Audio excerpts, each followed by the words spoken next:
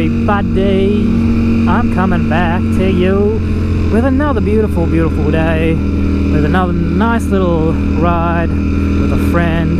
It's going to be one of those duo rides. I'm catching up with my friend who has come back from the oil rigs, and I haven't really spent the time riding with him in a while.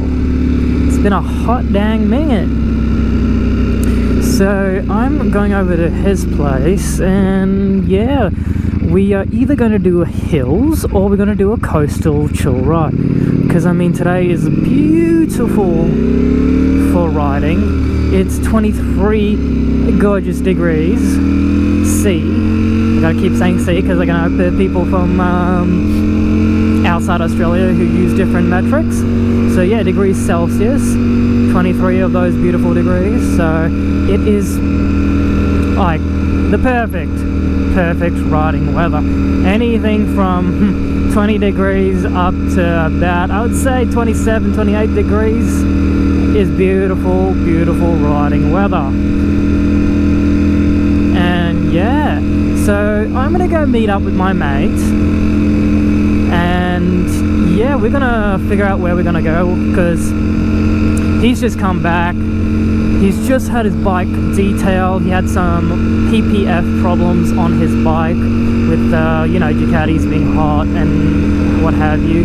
The PPF was kind of fading, I believe, from what he said, and peeling off.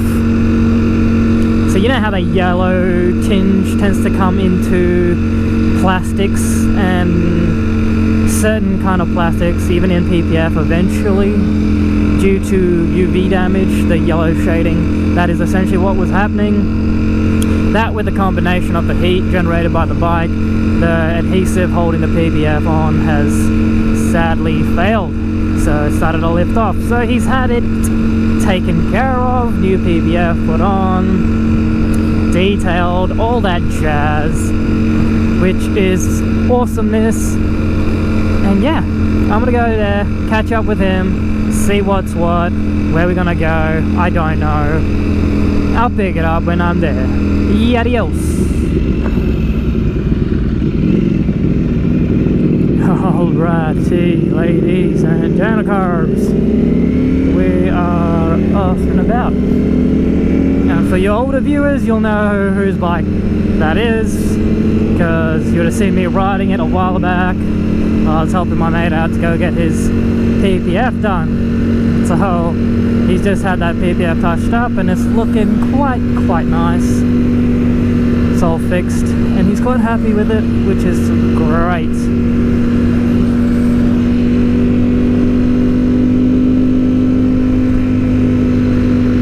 So what we're up to is we're essentially going to do a bit of urban riding, then to the coast, and from the coast, yeah, we'll probably stop, grab a snack or two, and then head back towards the Ducati store, see what's going on there, and essentially,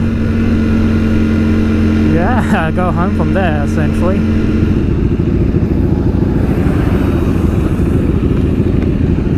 So yeah, that's the 1299S. He's going for the red and gold kind of look. I want to do the exact same thing with the chain and sprockets on mine, but at the moment it is quite a pricey endeavour, so I'm kind of holding off on doing it. Because yeah, the cost of living in Western Australia has gone up quite a considerable amount, and yeah, I know to be a little bit less a little less eager to spend money on mods, even though I'll get there eventually and getting those mods done. Plus it's coming to the end of the year.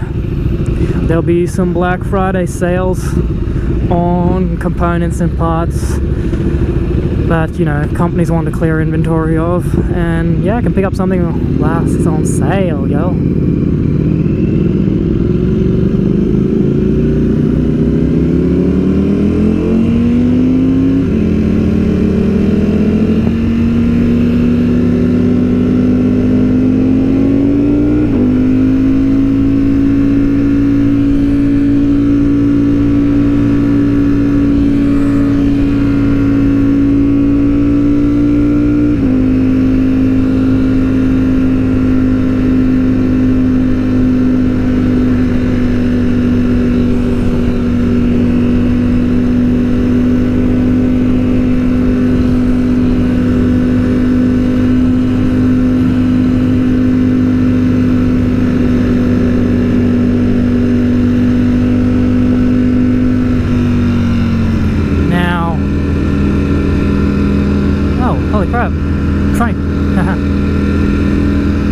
Train repair yard.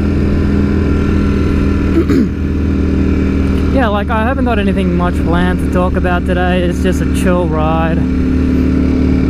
I don't know if I mentioned it in the other video, but I am well aware that I have been away from YouTube for a hot minute, and yeah, it's gonna be a bit of a stretch to get back into the grooves of actually editing and putting videos up as such. And I know I've probably lost a couple of subs, but the thing is, not really doing the YouTube stuff and things for gaining subscribers as a sort of income. It's kind of just like one of those hobby things. I just, yeah, share my rides with people, essentially. All the good stuff, the bad stuff, my insight on things, my experiences, how to mod stuff, all that kind of stuff. So yeah, so that's essentially what I'm going to be focusing more upon. And yeah, if people are interested in sticking around for that kind of stuff, it would be cool to get the support from, yeah, the current subscribers. I know that sometimes my content can be a lot of quiet and not a lot of shit going on, but that's just the nature, you know, it's kind of just the nature of it, because I need to get, well, it's, firstly, it is the nature of it. Secondly, I need to get used to talking again, because it's been a hot minute since I've actually had a bit of a yappity dap dap on here.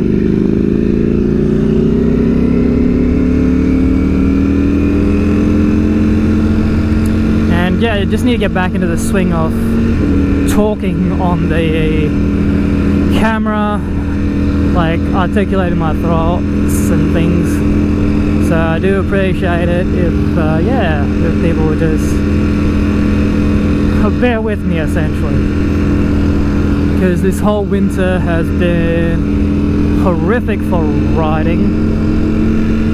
And yeah, it's not been very fun. It's mainly due to the amount of rain, the exceptionally cold weather, and yeah, just a whole bunch of shit, really.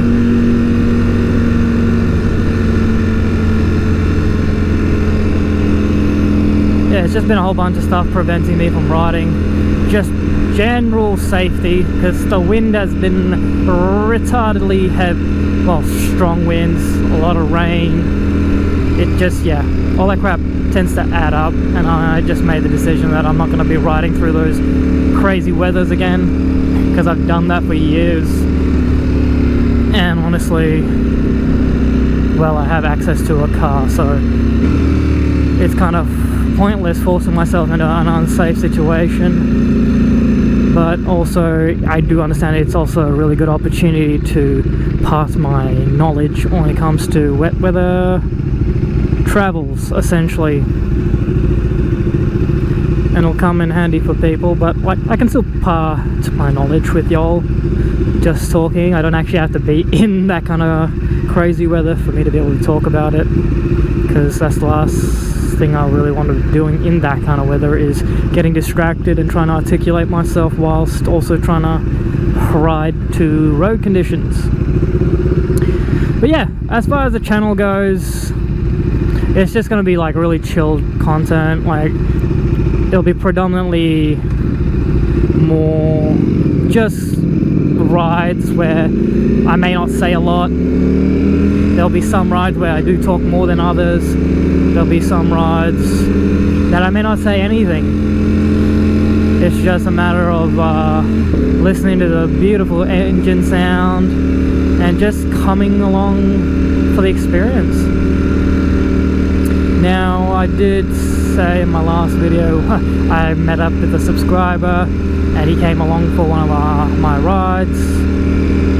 I didn't organise that one, but a friend did, and I was just like, oh, it's awesome that I've finally been able to find a couple of subscribers who are essentially, yeah, met them through YouTube or Instagram and become really good riding friends essentially, which is awesome, because that's what the whole riding community is about, is no matter what you ride, as long as you like-minded individuals and not ego tripping over brand loyalties, like, just get out and enjoy the road, no drama. You like what you like, you dislike what you dislike, let people be people and enjoy the hobby as such. Now I understand some people, this is more than just a quote-unquote hobby.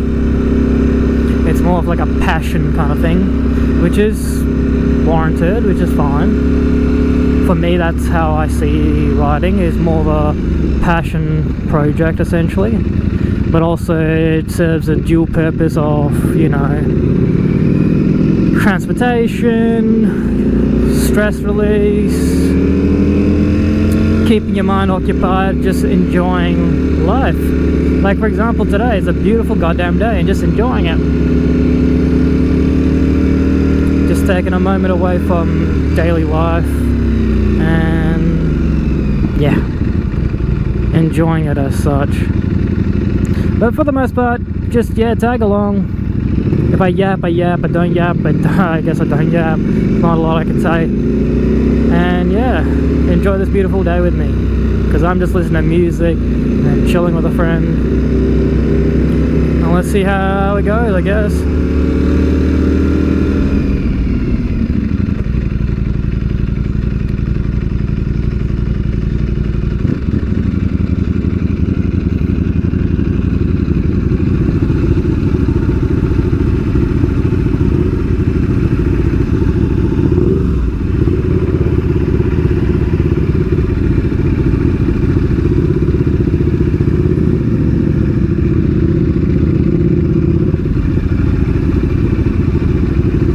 Actually, this is not the first time I've seen cars just, you know, go on a red light, because these set of lights can be confusing. I do have to say that, because yeah, that guy ran the red light. I was just like, ah, do heck.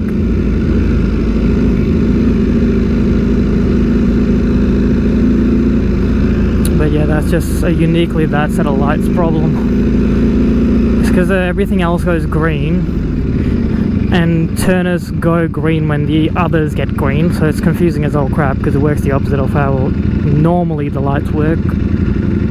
So I don't blame them.